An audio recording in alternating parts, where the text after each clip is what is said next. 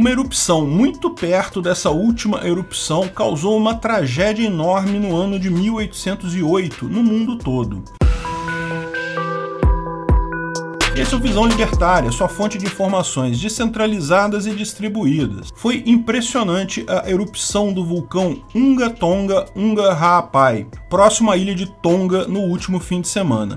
Uma primeira erupção menos violenta aconteceu na sexta-feira, mas a grande erupção aconteceu no sábado, dia 15, por volta das 5h30 da tarde. Horário local. A explosão foi capturada pelas estações espaciais e mostra uma enorme nuvem de partículas se formando na atmosfera, encobrindo Tonga e diversas outras ilhas na região. Foi uma explosão vulcânica impressionante que, mesmo acontecendo no meio do oceano, em um local não habitado, certamente levou sérios efeitos a toda a região. Uma explosão vulcânica é diferente de uma erupção vulcânica normal. Numa erupção normal, existe até alguma ruptura, alguma explosão, cinzas são jogadas na atmosfera, mas o efeito é limitado a pequena parte do vulcão. Explosões vulcânicas são diferentes, tem toda uma mecânica própria em que a pressão do magma é contida pela terra e água sobre o vulcão, até que essa pressão é tão grande que explode a coisa toda, ejetando muito material na atmosfera, muito mais material que uma erupção normal. Olha a foto da caldeira do vulcão em dezembro. Depois, no dia 14 de janeiro, horas antes da explosão, parece que a Terra afundou com a parte central do vulcão sendo coberta pela água. Finalmente, após a explosão, formou-se uma nova cratera que pode ser vista na foto do dia 17. Sim, ainda estamos no dia 16 aqui no Brasil, mas lá já é dia 17. A ilha de Tonga foi fortemente atingida por um tsunami de grandes proporções. Muitas cidades estão sem comunicação telefônica. Alguns vídeos chegaram a sair da ilha antes da comunicação se interromper. Alguns deles mostram o céu absolutamente fechado na ilha, sendo que a explosão aconteceu ao entardecer, às 5h30 da tarde. Você vê o vídeo, parece noite fechada. Impressionante também o registro do som do vulcão feito por moradores.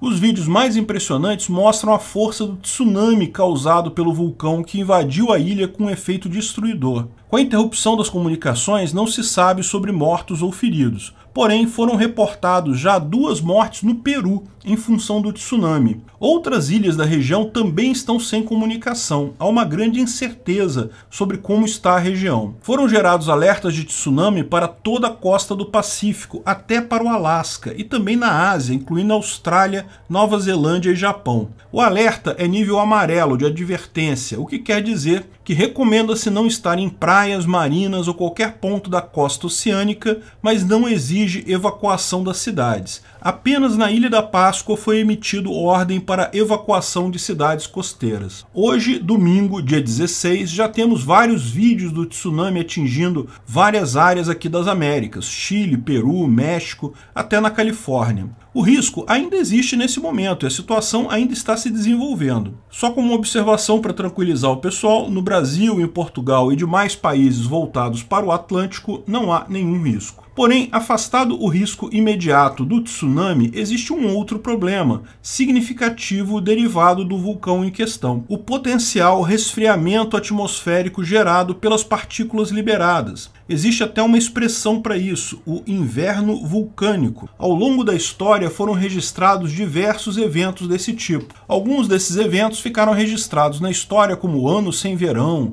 a Longa Noite, a Grande Fome, mas atualmente pode-se datar exatamente quando aconteceu o evento com a avaliação da quantidade de cinzas nas geleiras polares. Os anos em que houve tais erupções são marcados exatamente por quantidades anormais de depósitos de cinzas nas geleiras do mundo todo. Algumas conseguem ser precisamente datadas. Da mesma forma, é possível também datar a erupção de cada vulcão, a data em que aquele vulcão entrou em erupção da última vez. Assim, sabemos hoje que houve um evento desses em 1159 a.C., um ano que as cinzas do vulcão Hekla 3 da Islândia provocou frio intenso no mundo todo. Alguns historiadores, inclusive, incluem esse evento climático como o estopim do que ficou conhecido como colapso da Idade do Bronze, uma época em que várias civilizações na região do Mediterrâneo colapsaram ao mesmo tempo. Nos registros históricos, os governos da época acreditavam isso à invasão dos Sea People, ou povos do mar. Eventualmente, pode se tratar de refugiados de terras mais frias que se viram forçados a migrar para a região do Mediterrâneo porque suas terras de origem ficaram frias demais para a agricultura.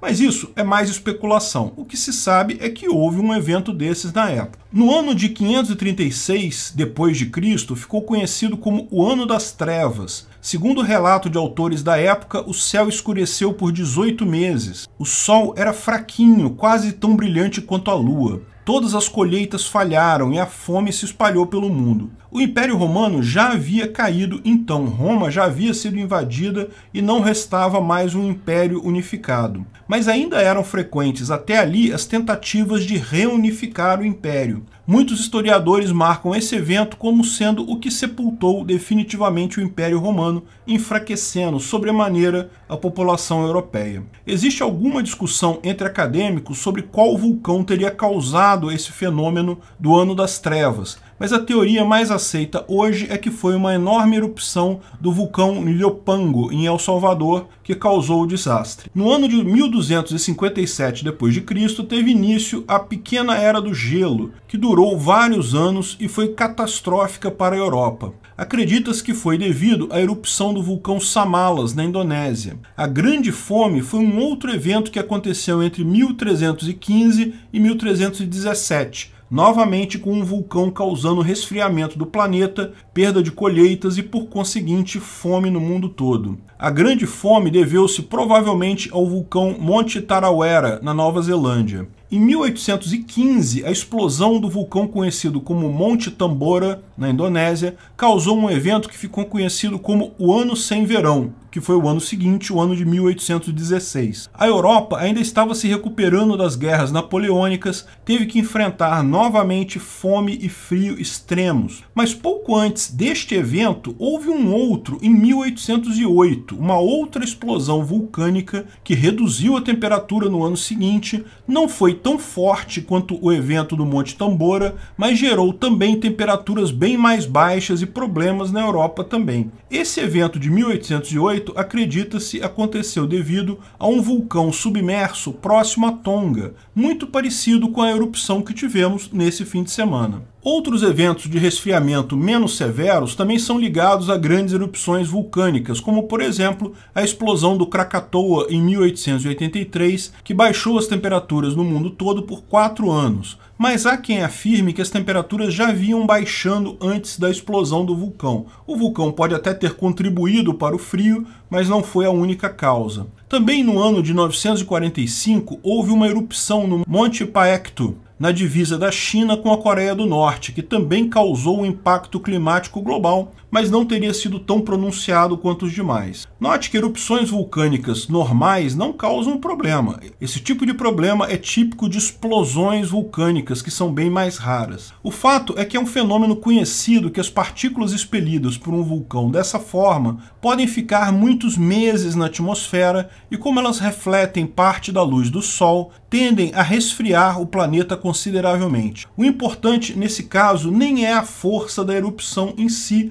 mas o tipo de particulado que ela coloca na atmosfera. Embora erupções maiores tendam a gerar um efeito maior, é o tamanho e tipo das partículas que vai definir de fato se haverá o efeito ou não. A erupção que vimos em Tonga esse final de semana parece muito pequena para gerar efeitos mundiais como os exemplos destacados. Ainda precisamos acompanhar essa nuvem de partículas, precisamos ver se não haverá mais erupções, mas parece pouco provável um efeito mais crítico. De qualquer forma, essa erupção, mesmo que com pequeno potencial de gerar impacto significativo no clima, mostra duas coisas importantes. Primeiro, que vai permitir muitos estudos em cima do tema. Veja, essa é apenas a terceira grande erupção explosiva que poderá ser acompanhada de forma global. Após a explosão do Krakatoa em 1883, que foi a primeira em que temos registros modernos, temos o som gravado do vulcão.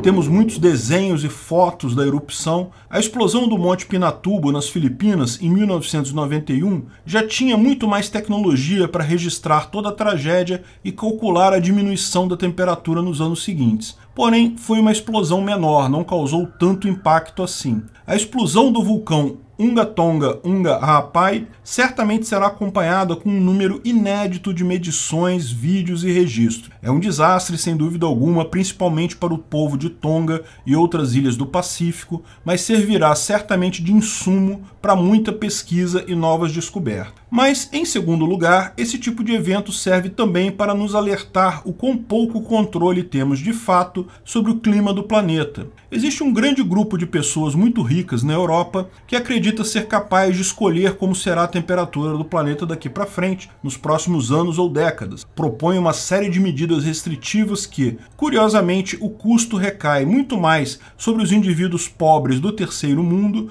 do que sobre essas pessoas ricas da Europa em si. Mas mesmo que as teorias dessas pessoas e os problemas que elas acham existir sejam verdadeiros, essas pequenas lições da natureza nos mostram que qualquer que seja o nosso planejamento, o nosso suposto controle sobre o clima, sempre será uma fração do que o próprio planeta tem. Mudança climática é coisa tão constante que existiu em toda a história da humanidade. O clima não para de mudar, nunca parou. A única novidade que temos agora é a prepotência de algumas pessoas que acham que podem controlar isso. Obrigado por sua audiência. Esse vídeo foi um oferecimento de armataweb.com, cloud e serviços de data center. 100% de compromisso com a satisfação e privacidade dos clientes. Aceitamos Bitcoin. Veja o link na descrição do vídeo. Se você gostou desse vídeo, clique no like e compartilhe ele em suas redes sociais. Se inscreva no canal para nos ajudar, clicando no botão vermelho abaixo. Se quiser ser avisado de novos vídeos, clique no sininho ao lado. Se você quiser comprar camisas e outros itens do Visão Libertária, veja nossos itens no site Pimenta no Café, pimentanocafé.com.br/Visão Libertária, tudo junto sem acento, ou clique no link da descrição. Até a próxima!